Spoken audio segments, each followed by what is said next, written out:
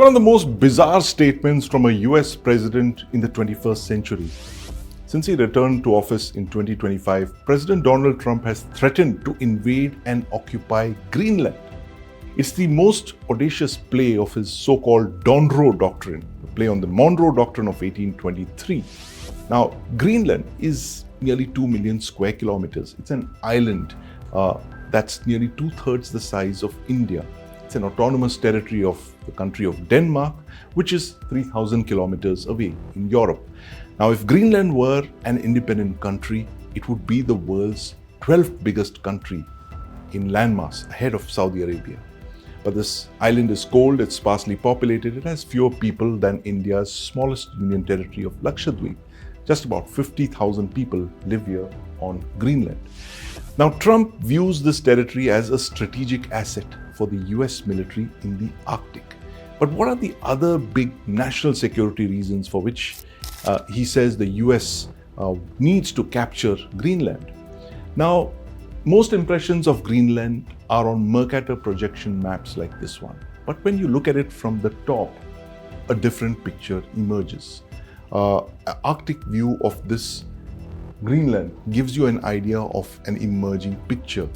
Climate change is opening up new shipping routes in the Arctic as the ice melts, and it's bringing in powers like China and of course the resident Arctic power, Russia.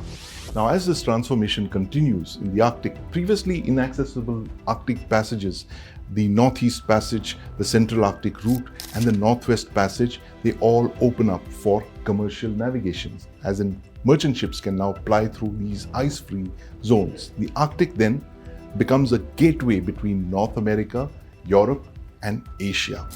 Now, this is because travel times and costs are significantly reduced, and this emerging Arctic Sea Route, as it's called, can reduce the distance of voyages between Europe and Northeast Asia by as much as 40%. It can shorten transit times by as much as 30%. Now, this Arctic Sea Route could do for global shipping what the opening of the Suez Canal did in 1869, could shorten distances between Asia and Europe as it happened in the 19th century, or what the Panama Canal did in 1914, connected the Pacific Ocean to the Atlantic.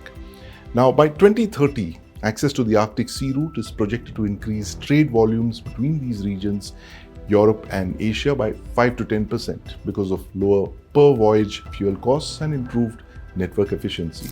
Now, Greenland sits strategically near these emerging Arctic sea routes, and it's thus vital for global trade and resource access, and of course military strategy. That's one reason why Trump wants Greenland. That's right here. It's the gateway to the Arctic.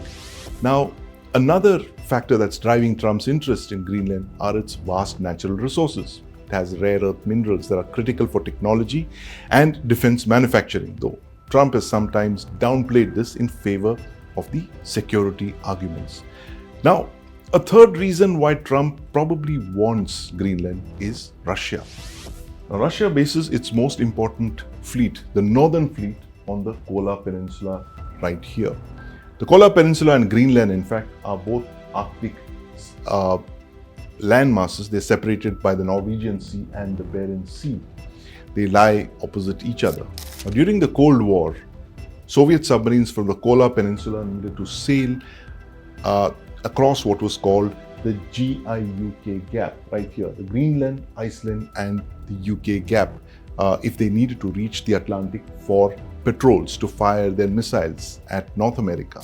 With the Soviet Union and later the Russian Federation fielding bigger ballistic missiles with longer range missiles, it meant that they only needed to exit the Kola Peninsula and patrol under the Arctic ice, from where they could break through and fire their missiles. Now, today, nearly two-thirds of the Russian Federation's strategic missile submarines are based on the Kola Peninsula, with bases like Yagelnaya Bay, Okolnaya Bay, and Zapadnaya Litsa. They house ballistic missile submarines like this one here. Now, Russia has built bastions on the Kola Peninsula to protect its most prized nuclear assets. Now, the perimeter defense around the Kola Peninsula is composed of a mix of air defense, sea denial, and coastal defense systems that ensure the survivability of Russia's most precious nuclear strategic assets, its ballistic missile submarines.